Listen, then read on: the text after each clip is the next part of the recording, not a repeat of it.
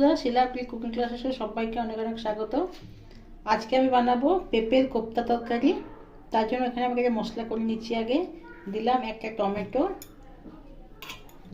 4 টুকরো আদা, 2টো কাঁচা লঙ্কা আর অল্প একটু জল দিয়ে এটাকে আমি একটা পেস্ট বানিয়ে নেবো। এখানে একটা পেঁপেকে আমি চোকলা ছাড়িয়ে ধুয়ে রেখেছি, এটাকে আমি কুলিয়ে নেব।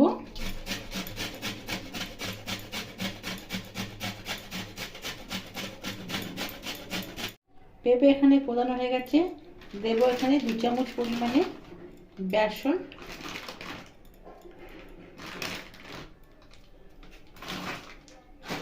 দেব অল্প একটু নুন,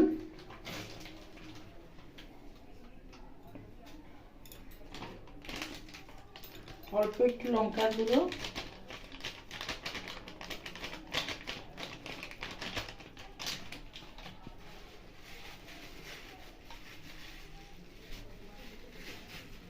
অল্প একটু জিরে গুঁড়ো, অল্প ধনে গুঁড়ো,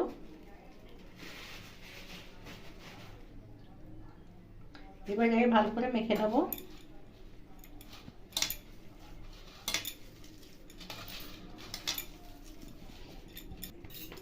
এটা মেখে নিয়েছি। এরপর এটাকে আমি ছোট ছোট কোপ্তা গোল গোল অথবা যে কোনো আকারে আপনারা করতে পারেন।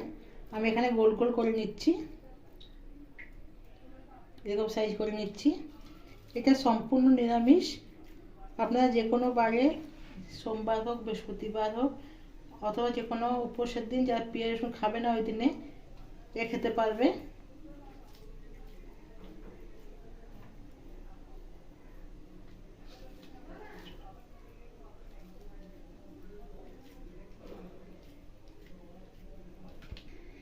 কড়াইয়ে দিয়ে দেবো সর্ষের তেল।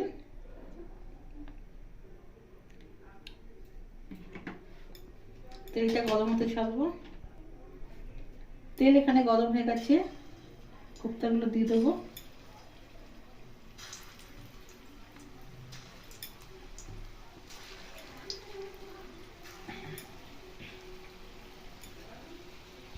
কোপ্তাগুলো এখানে ভাজা হয়ে গেছে, তুলে দেবো।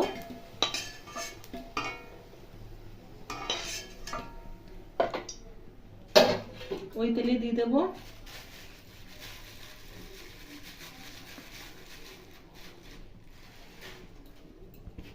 একটা তেজপাতা, একটা শুকনো লঙ্কা, জিরে দেবো, ওখানে হিং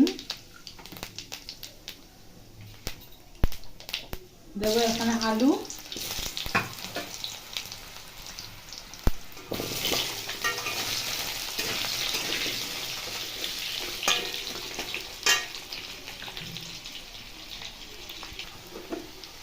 আলুটা এখানে ভাজা হয়ে গেছে। এরপর এতে আমি দিয়ে দেবো যে মশলাটা বেটে রেখেছিলাম, দিয়ে দেবো।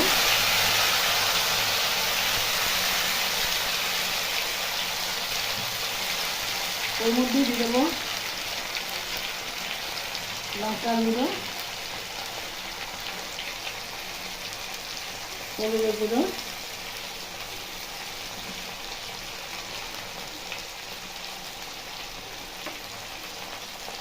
জিরের গুঁড়ো, ধনের গুঁড়ো,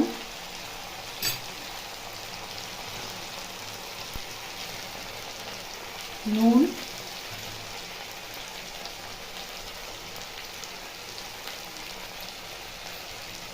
আর চিনি। নিরামিষ তরকারিতে চিনি দিলে ভালো লাগে খেতে, তাই দিলাম চিনি।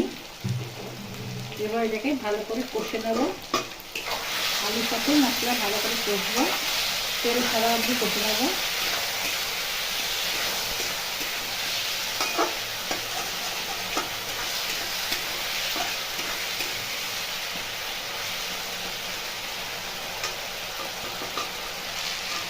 এখানে আলুর সঙ্গে মশলা ভালো মতো কষা হয়ে গেছে। এবার দিয়ে দেবো গরম জল,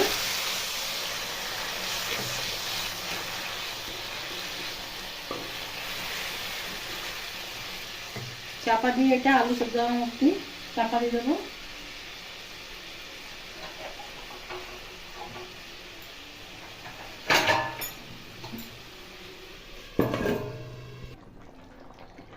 আলু এখানে সেদ্ধ হয়ে গেছে।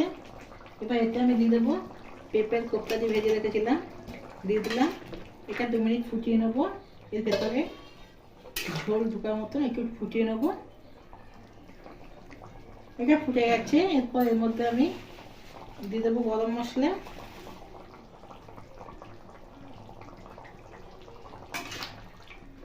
আর দেবো 1/2 চামচ ঘি।